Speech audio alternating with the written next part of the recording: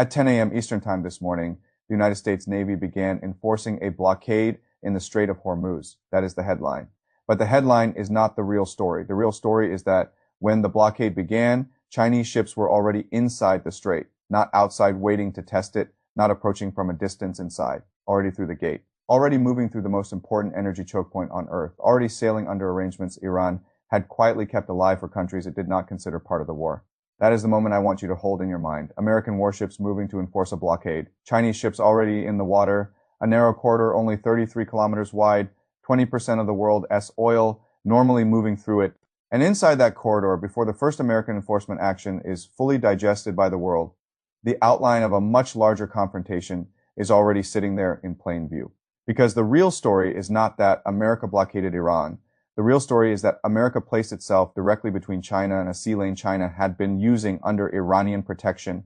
That is a very different story, and it is much more dangerous. Most people still do not understand what a blockade is. They imagine a wall, a gate, a line across the water, but Hormuz does not work that way.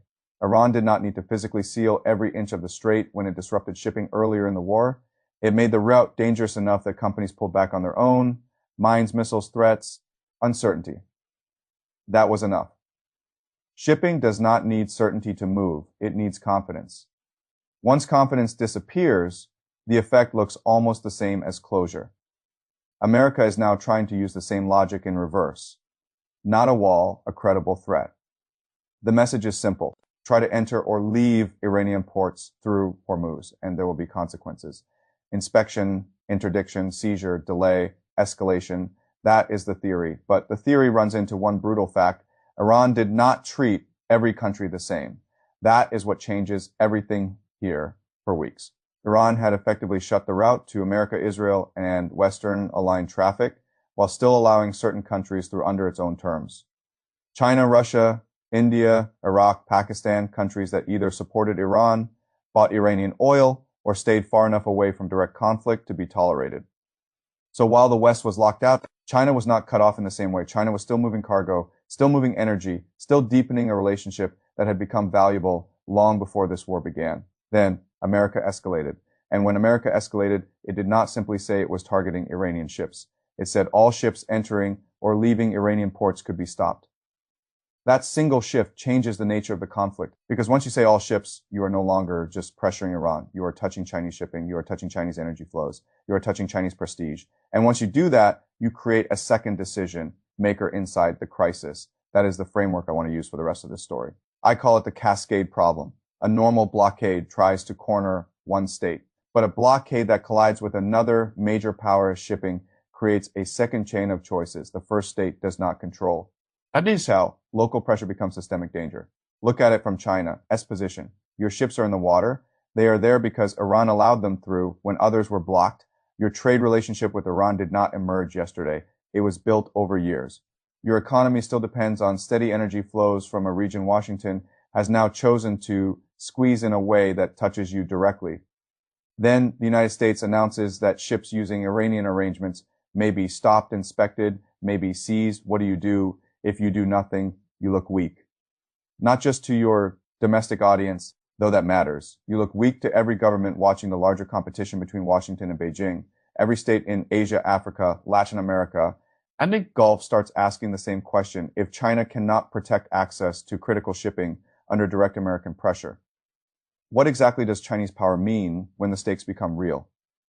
But if China pushes back too hard, if it escorts tankers, if it signals naval protection, if it turns a commercial question into an armed test of will, then you place American and Chinese forces into the same narrow corridor under live pressure. That is the cascade back down and lose space. Push forward and raise the risk of direct confrontation. Try to split the difference and invite probing, miscalculation, and diplomatic crisis. None of those options is clean. And that is why this morning matters so much more than the headline suggests. What happened in the last 48 hours makes it even worse. There were negotiations, serious ones. By multiple accounts, the two sides had come close to an understanding. Iran's foreign minister said they were inches away from a memorandum in Islamabad. That matters because it tells you this blockade was not launched out of strategic calm. It was launched after failed talks, after frustration, after moving demands, after both sides had already exposed how hard it would be to bridge the core disagreement. So the sequence is not hard to see: near deal breakdown, immediate escalation. That creates a second problem for Washington. The blockade only works clearly when the other side still believes pressure can produce a controlled settlement. But if the other side concludes that every near deal only leads to sharper pressure, then the blockade does not look like a bargaining tool. It looks like proof that the goalposts will keep moving. And once the other side believes that coercion becomes much less efficient, that is especially true here because Iran is not operating from a position of comfort, but it is also not operating from collapse. That distinction matters. Washington's logic appears simple enough. More pressure, more leverage, fewer Iranian demands, return to the table weaker than before. The problem is that Iran has already absorbed levels of pressure that, in many capitals, would have been expected to break a government's posture, entirely bombing, leadership losses, infrastructure damage, economic pain, and still the system did not produce the one result America needed most. Immediate surrender on American terms, that should force a rethink. If weeks of war did not produce that result, why assume a blockade touching Chinese shipping will suddenly do it? And then there's the part almost nobody wants to talk about because it does not fit clean war messaging. Who else gets hurt? Not in theory. In practice, inside the Gulf right now, there are ships from multiple countries that have been stuck in this crisis zone since the war began, tankers waiting. Cargo delayed, crews trapped in uncertainty. The source document's most chilling detail is not military at all. It is human 20,000 sailors aboard vessels in the Persian Gulf, suspended inside a contest none of them control. A blockade does not rescue them. It makes the water more contested. It makes every decision slower. It makes insurance, routing, and risk judgment more chaotic. And then comes Iraq. This is one of the hardest parts of the story and one of the least discussed. Iraq depends on Hormuz in a way that turns naval tension into social vulnerability, food in, oil out, revenue tied to the same waterway. Iraq is not the author of this confrontation, but geography has a brutal habit of assigning consequences without asking who voted for them. That is why blockades almost never stay morally or strategically contained. They spread pain laterally. Governments absorb, ordinary systems fracture first, which means the story stops being only about Iran almost immediately. It becomes about sailors. It becomes about Iraq. It becomes about food. It becomes about energy. It becomes about Europe as fear of another price shock. It becomes about whether America, in trying to isolate Iran, is instead pushing Iran toward a wider coalition of actors who all have reasons to resist the blockade for their own separate purposes. That coalition does not have to love Iran. It only has to dislike what the blockade does to its own interests. Europe does not need to become pro. Iran to fear $150 oil. China does not need to seek war to reject inspection of shipping that touches its prestige. Russia does not need to do much at all to benefit from America staying trapped in a Middle Eastern escalation spiral. This is how a bilateral crisis becomes a structural. One actor needs energy, one actor needs leverage, one actor wants America pinned down, and suddenly the blockade begins creating incentives for coordination it was supposed to prevent. Britain's reaction is part of the same pattern.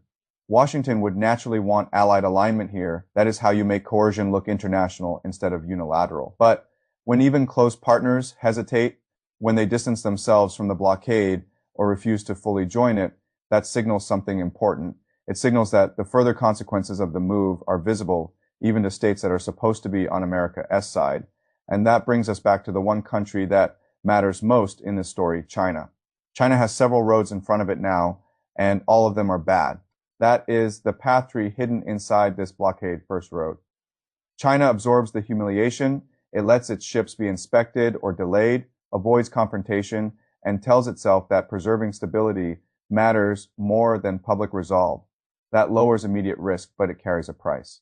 It tells the world that when America chooses to put its hand on the valve, China still has to tolerate the grip. Second road, China hardens publicly. It escorts, warns, or signals some form of direct protective posture that may recover prestige, but it moves the crisis toward the one place no rational power should want it to go. A live military proximity event between two nuclear states in one of the tightest and most commercially sensitive waterways on Earth. Third road, China avoids the military trap and opens every diplomatic channel at once.